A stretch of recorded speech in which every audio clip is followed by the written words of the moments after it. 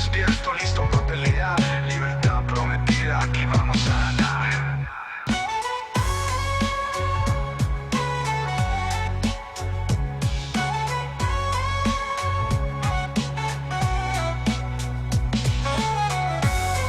Bueno, en el mundo de las ciencias, no voy a decirlo en inglés, pero el título de esta revista sin duda es una referencia indiscutible en todo el escenario global. La revista Nature.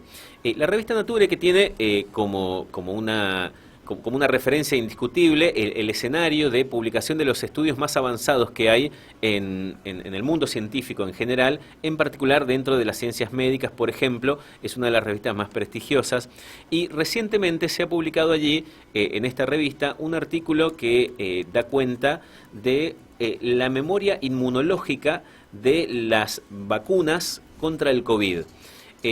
Es un artículo que se publicó a fin de septiembre, hace un poco más de 2 semanas atrás, y tratando de traducirlo, está publicado en inglés, pero tratando de traducirlo, lo que dice es que las células específicas del SARS-CoV no se establecen de forma duradera mediante algunas vacunaciones, en particular con aquellas estrategias o diseños de vacuna que trabajan con el ARN mensajero. Vamos a tratar de traducirlo, pero no con el conocimiento escaso que podemos tener nosotros, sino convocando a una especialista que además ha sido una participante activa en lo que fue el equipo de trabajo de la UNSAM, que desarrolló la primera vacuna argentina contra el COVID, que se llama ARVAC. Ella es doctora en inmunología, es investigadora del CONICET y se llama Karina Paskevich.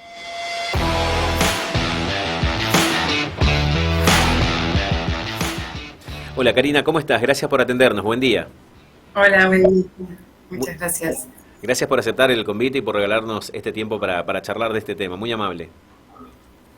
Karina, Bueno, ¿qué nos está diciendo el artículo que presentaba cuando se empieza a estudiar la memoria inmunológica? ¿Qué nos está diciendo sobre las vacunas que se utilizaron en la etapa más dura de la pandemia y por supuesto también en las campañas de vacunación posteriores en los diferentes estados y si podemos mirar en particular las de Argentina? bueno, el artículo ese es muy nuevo, no sé si se escucha. Sí, se escucha bien, perfecto. Porque yo me escucho como doble. Tiene la particularidad que estudiaron cómo es la memoria generada por estas vacunas que son muy nuevas o se utilizaron por primera vez contra el COVID, que son las de RNA mensajero. Y entonces obviamente que las vacunas fueron muy efectivas y fueron la respuesta que nos permitieron de alguna manera salir de la pandemia y eso fue muy positivo, pero tuvieron esa característica de que la inmunidad bajaba con el tiempo y tal vez más rápido que otras, como por ejemplo en ese trabajo se comparan con la gripe y con el tétano, con la vacuna antitetánica, que inducen respuestas más duraderas, sobre todo la de antitetánica, que sabemos que por décadas uno no tiene que volverse a vacunar. En cambio con las de COVID, además de que el virus varía y entonces hay que adaptar las vacunas, la inmunidad baja y esta revista, este trabajo, trae un poco de luz a explicar uno de los mecanismos por los cuales estaría pasando esto, y es que no se inducen estas células que quedan en la médula ósea produciendo anticuerpos por mucho tiempo. Así que es un trabajo que nos enseña un montón, en particular de estas vacunas que son muy nuevas y bueno, habrá que entender un poco mejor el mecanismo por el cual está pasando esto o si en algún futuro se puede modificar, pero sería una diferencia que tiene con otras vacunas como, por ejemplo, la que desarrollamos en nuestro grupo, acá en la Argentina, que como mencionaron se llama ARVAC, es más similar a la vacuna del tétano en cuanto a la composición y más conocida el tipo de respuesta, por eso fue sorprendente que no dure tanto la respuesta con las otras vacunas y ahora, bueno, habrá que estudiar con las nuevas. ARVAC se está aplicando recientemente, ya está aprobada en la Argentina, está disponible en las farmacias y en los vacunatorios para el que se quiera vacunar con esta vacuna y que tiene esta plataforma que ya, como les decía, es muy conocida, más parecida a la vacuna antitetánica o a la vacuna de hepatitis B, que sabemos que inducen inmunidad duradera. Nosotros pudimos evaluar hasta el año la respuesta y funcionó muy bien. Karina, para poder pasar en limpio y saber cuáles de las vacunas que se aplicaron en Argentina por lo menos trabajan con ese sistema de ARN mensajero y que la gente pueda conocer también con qué nombre conocimos esas vacunas acá en Argentina. Ok, las vacunas de ARN mensajero las conocimos por la marca de las empresas que las produjeron, que fueron la de Pfizer y Moderna. El trabajo que ustedes estaban mencionando lo hicieron con la vacuna de Pfizer, son personas vacunadas con esa plataforma, pero bueno, en sí son dos vacunas muy similares, y en este trabajo estudian únicamente personas vacunadas con esta plataforma en cuanto a la respuesta para COVID. También dicen que cosas similares vieron con gente vacunada, con gente infectada, o sea que no sería tal vez único de la plataforma de RNA mensajero, pero bueno, el virus es ARNA también, y podría tener una similitud ahí.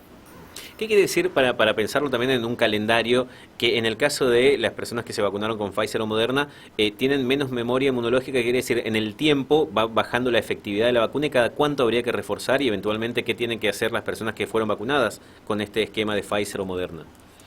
Bueno, las personas que fueron vacunadas con ese esquema tienen que seguir las recomendaciones del Ministerio de Salud, que están muy claras: personas mayores de 50 años, vacunación anual, los mayores de 65 también anualmente o cada 6 meses, sobre todo aquellos que tengan algún problema en su sistema inmunológico, y los menores de 5 años también es el refuerzo anual. Además de la inmunidad que baja con el tiempo, el COVID tiene una característica que va cambiando y evadiendo la respuesta inmune de las vacunas, y entonces igual se requieren los refuerzos con vacunas que llamamos adaptadas a las nuevas variantes. Eso, en general, anualmente hay campañas de vacunación. ARVAC también está adaptada a las nuevas variantes. Nosotros, en nuestro laboratorio, continuamente estamos estudiando la respuesta en las muestras de personas vacunadas con ARVAC, que estén protegiendo también contra las variantes que circulan, y eso también lo estamos testeando, ¿no? Bien, ¿cuál es el sistema en lugar del ARN mensajero que utilizó la plataforma de la vacuna ARVAC? Es un sistema más clásico que se llama a subunidad. La diferencia es que ya está el antígeno del virus producido en el laboratorio preformado. Entonces y con un adyuvante, que es una sustancia que aumenta la respuesta inmunológica. En ese sistema lo que se inyecta a la persona es algo definido, una mezcla definida, que induce esta respuesta inmune contra el antígeno. A diferencia de las vacunas RNA mensajero, que requieren que nuestras células produzcan el antígeno, tal vez simulando una infección, pero tienen esa característica que es más difícil de controlar cuánto antígeno y dónde se produce. Esa sería la principal diferencia entre las plataformas. Ahora, Karina, ¿cómo hicieron dentro del grupo de investigación para ir por esa opción, digo, para trabajar con este sistema del antígeno preformado? ¿Fue una opción azarosa o es más conveniente económicamente? ¿O se tienen los recursos disponibles aquí en Argentina para desarrollar ese tipo de vacunas y no la otra? ¿Cómo fue? Es una muy buena pregunta y un poco la respondiste. No fue azarosa. Nosotros venimos trabajando hace mucho tiempo en este tipo de vacunas y son las vacunas más clásicas, o sea, no es tampoco una vacuna que desarrollamos nosotros por primera vez acá. Hay otras vacunas a proteínas recombinantes en el mundo. La característica que las diferencia de las otras es que el tiempo de desarrollo es mayor, por eso las de RNA mensajero llegaron primero, y son las vacunas que hoy en día se consideran para una nueva pandemia, tal vez lo más rápido que uno puede tener. En un mes ya estaban preparadas las vacunas de RNA mensajero, mientras que una vacuna a subunidad proteica hoy en día necesita mínimo entre 3 y 6 meses. Hay una idea mundial de llegar a los 100 días, pero es una vara un poco alta, pero se está trabajando para eso, ¿no? En Argentina, particularmente, tenemos la capacidad instalada para producir este tipo de vacuna, a diferencia de la de RNA mensajero, y ese fue otro motivo. Nosotros, cuando empezamos a trabajar, dijimos que sea una vacuna que se pueda hacer acá, y entonces eso también fue algo que tuvimos en cuenta. Aunque sabíamos que íbamos a tardar más, necesitábamos que fuera algo factible para nuestro país, y eso no solo en Argentina, sino que en la región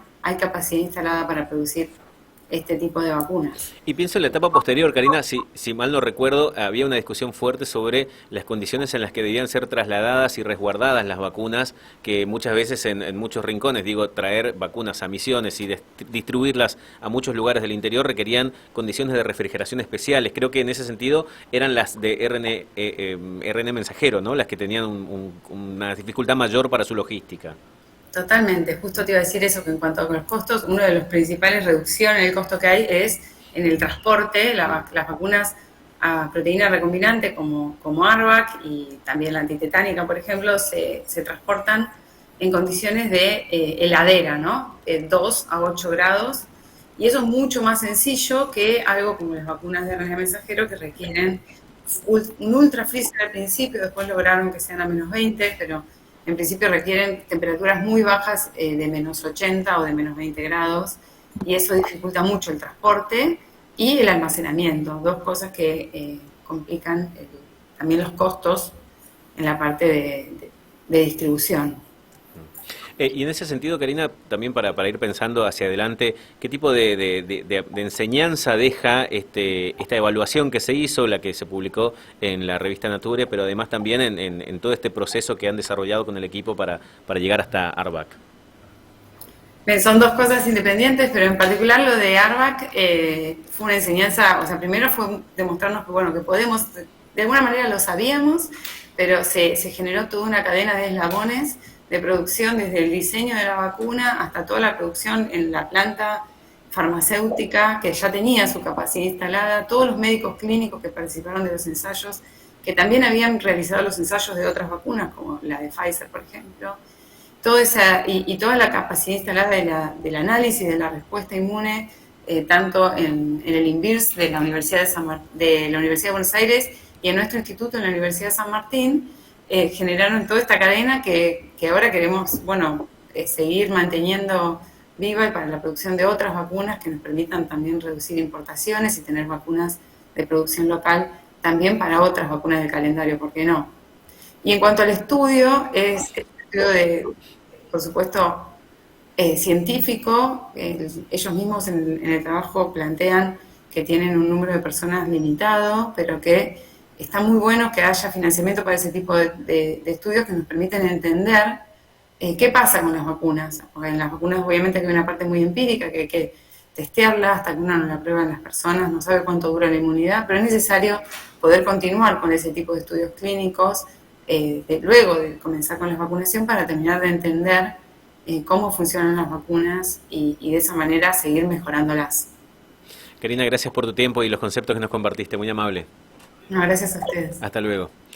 Karina Paskiewicz es integrante del equipo de trabajo que estuvo participando en el desarrollo de lo que fue presentado a fines del año pasado, y muchos decían, qué tarde, pero aunque ha pasado la pandemia, las campañas de vacunación hay que sostenerlas, el virus sigue mutando y sigue circulando entre la población. De hecho,